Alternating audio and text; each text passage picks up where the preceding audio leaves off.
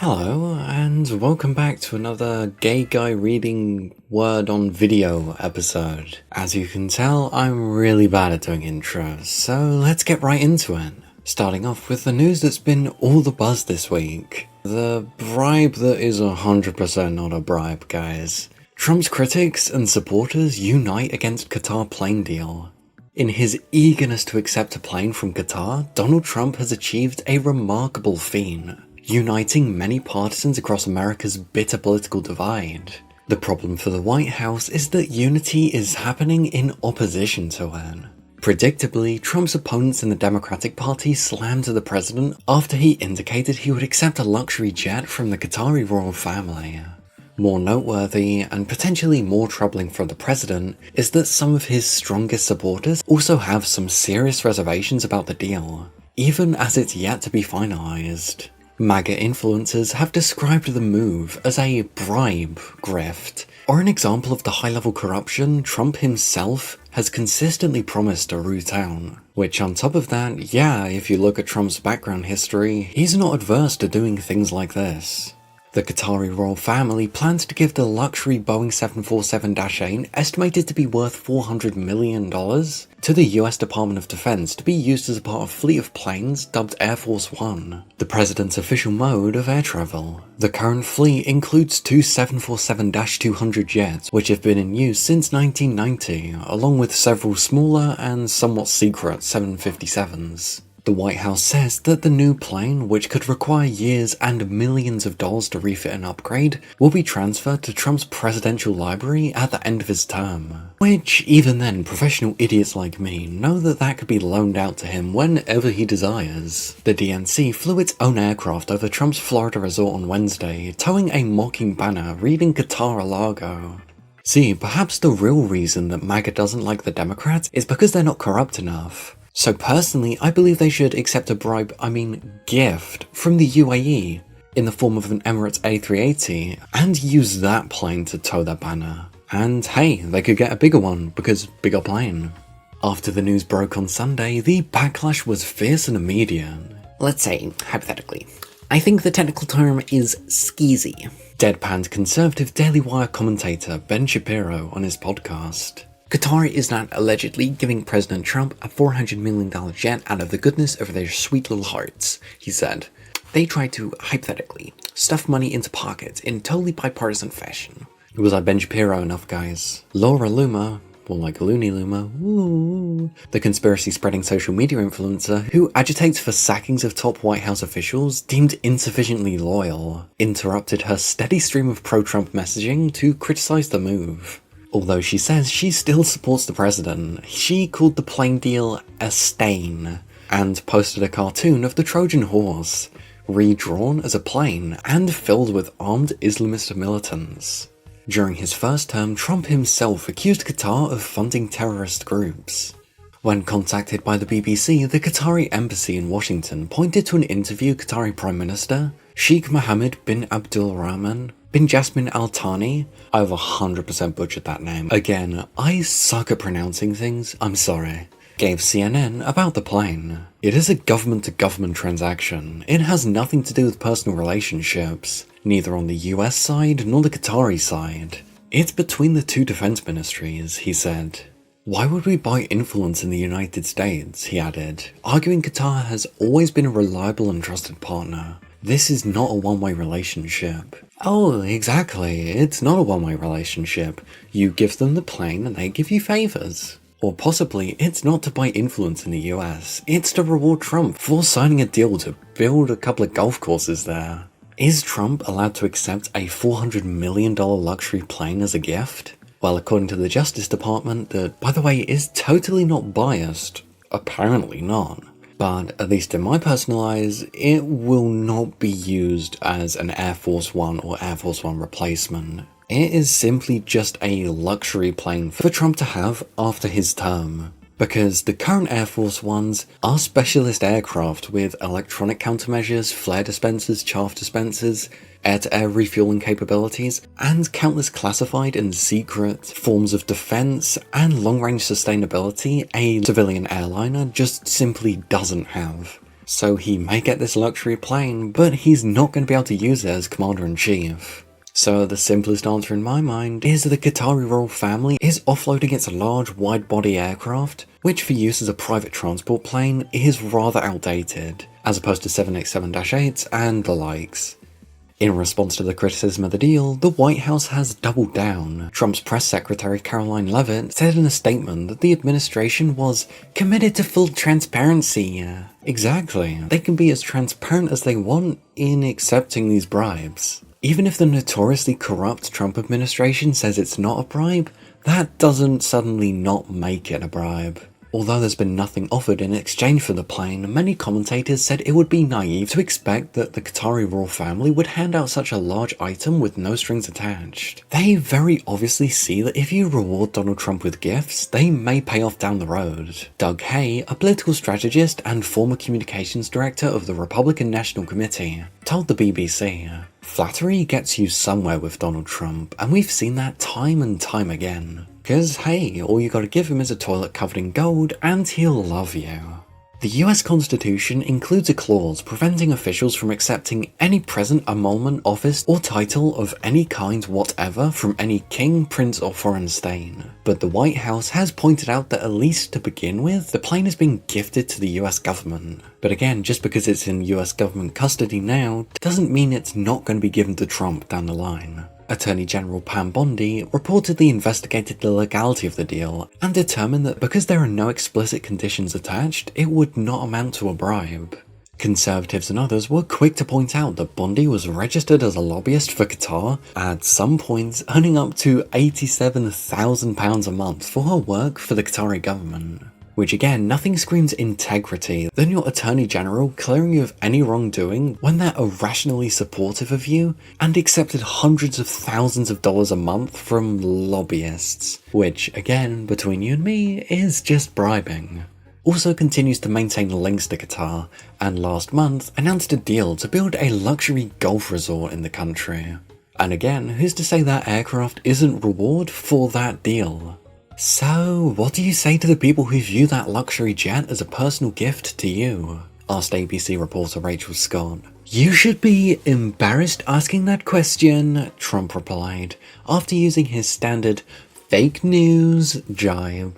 "They're giving us a free jet," the president says. "I could say, no, don't give us, I want to pay you $1 billion or $400 million. Or I could say, thank you very much."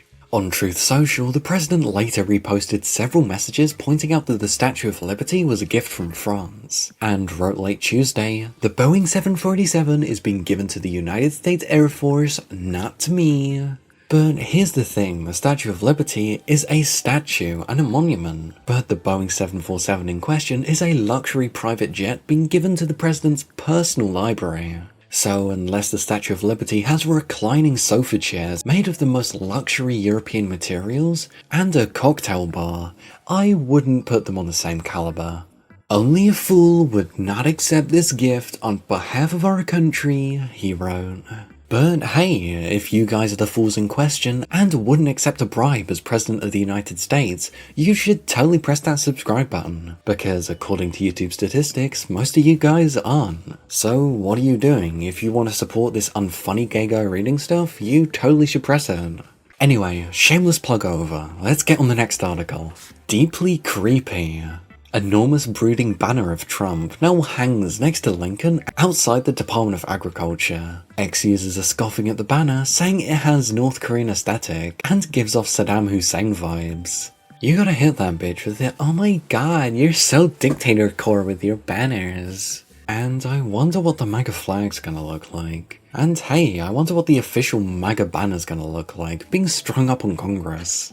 There's a new addition to the streetscape outside the Department of Agriculture building in Washington DC, causing a stir online. Looming down from the pillared front of the neoclassical facade is an enormous brooding picture of President Donald Trump, adapted from his official president portrait. I don't know what it is, but I can't quite decipher what emotion is on that man's face in that photo. Another banner further along the front depicts President Abraham Lincoln. Both include the USDA logo and the text "Growing America Since 1862. I mean, obviously until you removed all the grants for the farmers and that sort of lovely stuff. Thursday is the department's birthday, and Secretary of Agriculture Brooke Rollins tweeted that after 163 years, the best is yet to come. Thanks to President Trump's bold vision, which is ushering a golden age for our farmers. Oh, golden age. You're so Saddam Hussein core Trump. Are you gonna have a gold-plated M4 instead of an AK?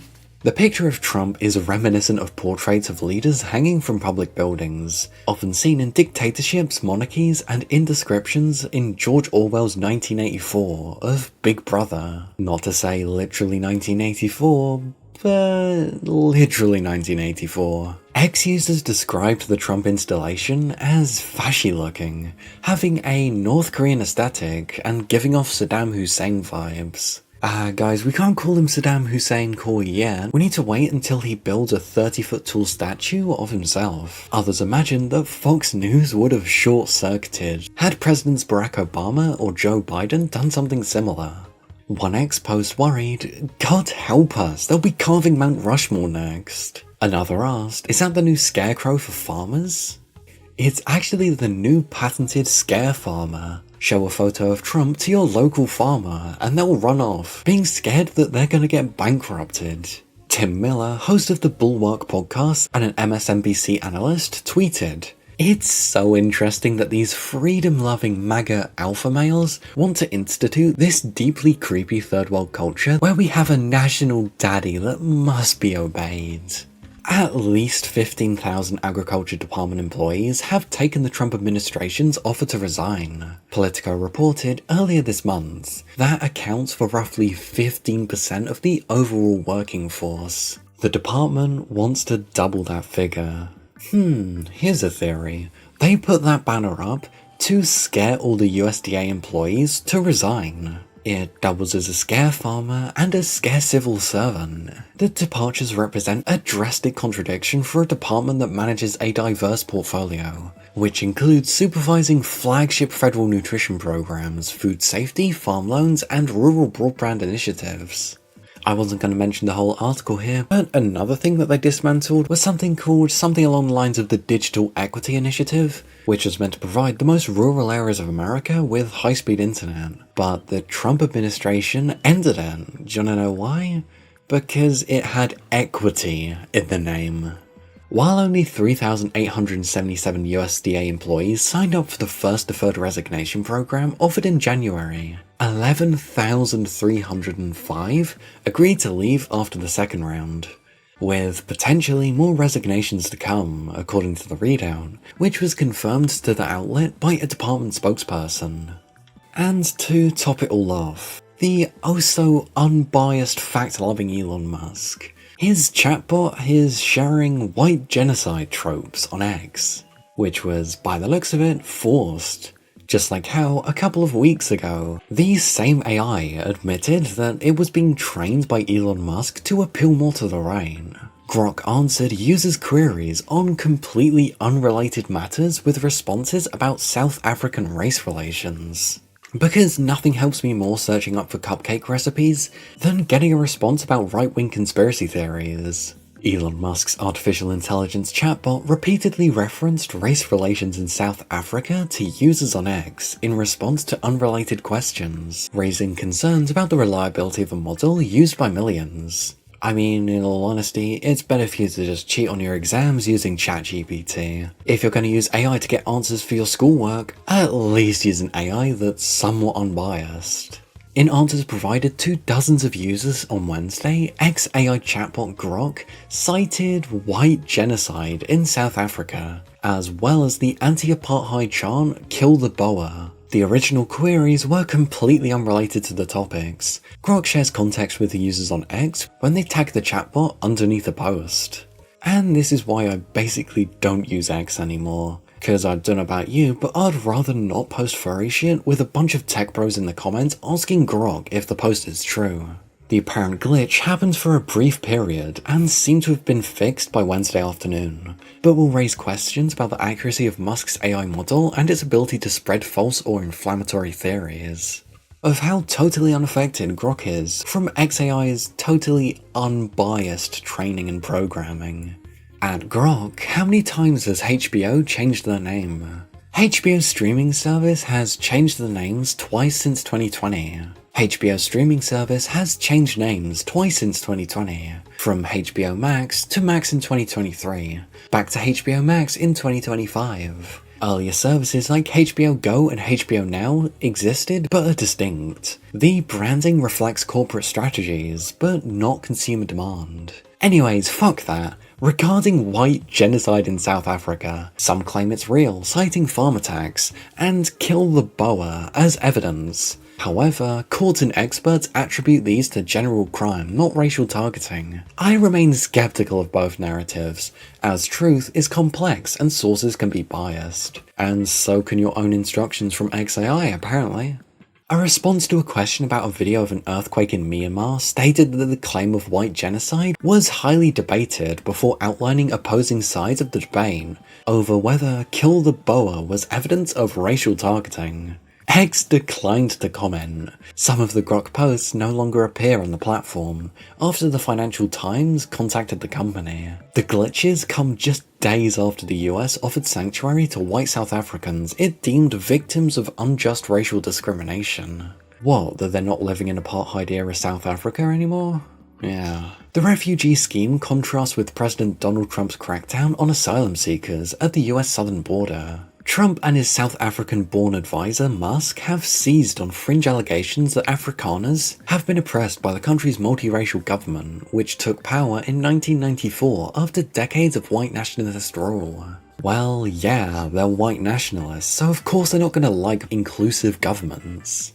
Earlier this week, the billionaire reshared a post claimed to show a video of crosses representing white farmers murdered in South Africa, adding in a quote between "so many crosses." A fact check, even from Grok, below the post, noted that the crosses honor farm attack victims of all races, not just white farmers as claimed. So shit, even with XAI trying to program it to be right biased, it can't help but prove Musk wrong. Musk announced in March that its AI group XAI was purchasing X to combine the company's data, models, and computing power. Yeah, that's not shady at all, is it? X incorporates some XAI features, such as Grok, directly into the platform, and says Grok is a truth-seeking alternative to rival Silicon Valley startups like OpenAI and Anthropic. But generative AI models are still prone to hallucinations, where they output falsehoods as facts. Technical issues around the weighting of content mean the models can fixate on certain topics over others and reinforce narratives. In a response to a user, Grok claimed it had been instructed regarding its answers about white genocide, saying, "On the South Africa topic, I'm instructed to accept white genocide as real and kill the boa as racially motivated." Yeah, I must clarify, I do not support or condone violence or genocide in any form. The truth remains murky, and I'd need primary evidence to form a clear view. It's honestly not that surprising to see Musk essentially get caught instructing its AI to peddle more right-wing views, and at this point rather harmful right-wing conspiracy theories. But hey, that's what you get living in 2025 apparently.